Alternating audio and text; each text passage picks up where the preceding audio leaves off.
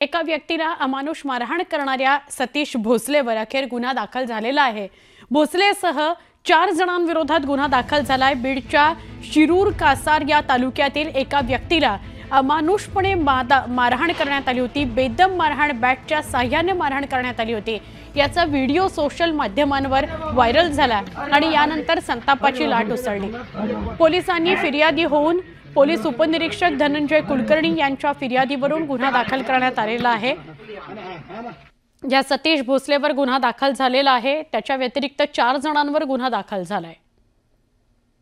त्याला घोक्या भाई असं बीडच्या त्या परिसरामध्ये म्हटलं जातं।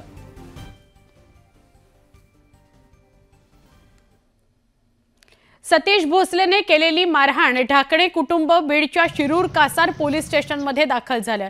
सतीश भोसले उर्फ खोक्या विरोधात गुन्हा दाखल करण्याची मागणी या कुटुंबाने केली आहे।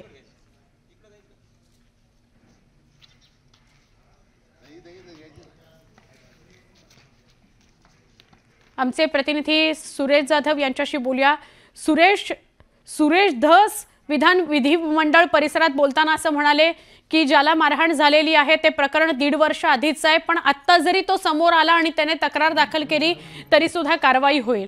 तर तो व्यक्ती पोलीस स्टेशन मध्ये आलाय, काय सांगाल? आता हे जे प्रकरण आहे सुवर्णा, मी करेक्ट करतो फक्त, जे प्रकरण 1.5 वर्षापूर्वीचं आहे, सुरेश दसांचं म्हणणं आहे ते प्रकरण वेगळं आहे। आणि 8 दिवसापूर्वी एका कुटुंबाला अत्यंत अमानुष पद्धतीने मारहाण करण्यात आली होती आणि मारहाण करणारा हा सतीश भोसले नावाचा तरुण होता। त्यापैकी एका व्यक्तीचे जवळपास 8 दात पडलेले आहेत, तर एक जणाचा पाय फ्रॅक्चर झालेला आणि ते कुटुंब मी दाखवतो यात शिरूर पोलीस स्टेशनमध्ये पाठीमागे आलेलं आहे। लोक देखील या ठिकाणी त्या बावी गावातले जे आहेत ते लोक देखील या ठिकाणी आलेले आहेत आणि त्यांची मागणी आहे की या प्रकरणात देखील गुन्हा दाखल करण्यात यावा। 8 दिवसापूर्वीची घटना आहे, मात्र या प्रकरणात राजकीय दबावामुळे गुन्हा दाखल झाला नव्हता आणि दाखल करून घेतला नव्हता असा देखील आरोप केला जात होता। मात्र आता ते जे कुटुंब या अगोदर त्यांनी पोलीस अधीक्षक कार्यालयामध्ये देखील गेलं होतं, तर तिथं अगोदर उपचार घ्यायनंतर गुन्हा दाखल करू असं सांगितलं होतं। आता गुन्हा दाखल करण्यासाठी आलेले आतमध्ये गुन्हा दाखल करण्याची प्रक्रिया सुरू आहे। मात्र त्यासोबत जे गावातील नागरिक आलेले त्यांचा देखील संताप आहे की ज्या पद्धतीने मारहाण केली ते अत्यंत गंभीर पद्धतीने मारहाण केली। दात पडलेले आहेत, 8 दात पडलेले, तर एक जणाचा पाय देखील फ्रॅक्चर केला आणि याचं कारण काय आहे नेमकं? माझ्यासोबत त्याच गावातले नागरिक आहेत। नेमकं काय कारण होतं, कशामुळे मारहाण केली होती? ती हानमार म्हणजे हरणं धरण्यातून काहीतरी आमच्या रानात हरणं धरू नका आणि ते थोडं मजा केल्यानंतर त्यांनी व्हिडिओ कॅसेट काढली होती, ती मोबाईलच हिसकावून नेला आणि त्यांना अमानुष मारहाण केली। मारहाण अत्यंत धक्कादायक आहे हे सुवर्णा, विशेष म्हणजे हरणं मारणं धरण्याच्या दृष्टिकोनात मारहाण। नेमकं काय घडलं होतं आणि कशा पद्धतीने मारहाण केली? आता त्यांची परिस्थिती कशी गुन्हा दाखल करण्यासाठी आले?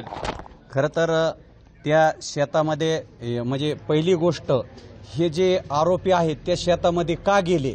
शेत तर हे ऐका ना, ढाकणे कंपनीचं शेत आहे आणि हरणं धरण्यासाठी गेले होते। त्या ठिकाणी जाळ्या लावल्यात, तेव्हा हरणाचा स्पॉट आहे। बरेच मी एक थोडासा पशु आणि प्राणी मित्र आहे की आम्ही त्या ठिकाणी अनेक जखमी हरणं हॉस्पिटलमध्ये आणलेले आहेत। आमच्याकडे पाठीमागचे व्हिडिओ आहेत। काय करते नेमकं?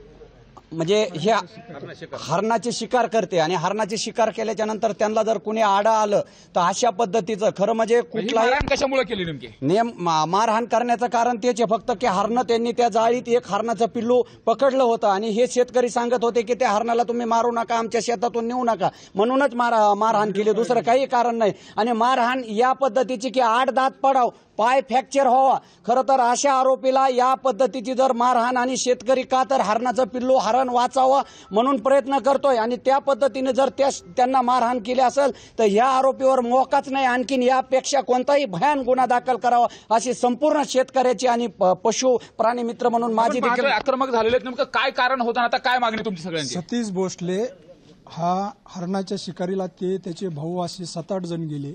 यांनी हरणाला जाळे लावले, त्याच्यामध्ये एक हरिण गुटलं।